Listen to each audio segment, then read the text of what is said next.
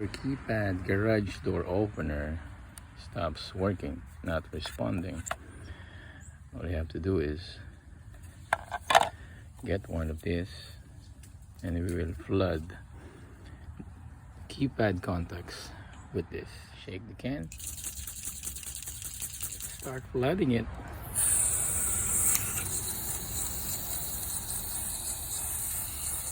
Let it dry for 5 to 10 minutes. Now let's try it.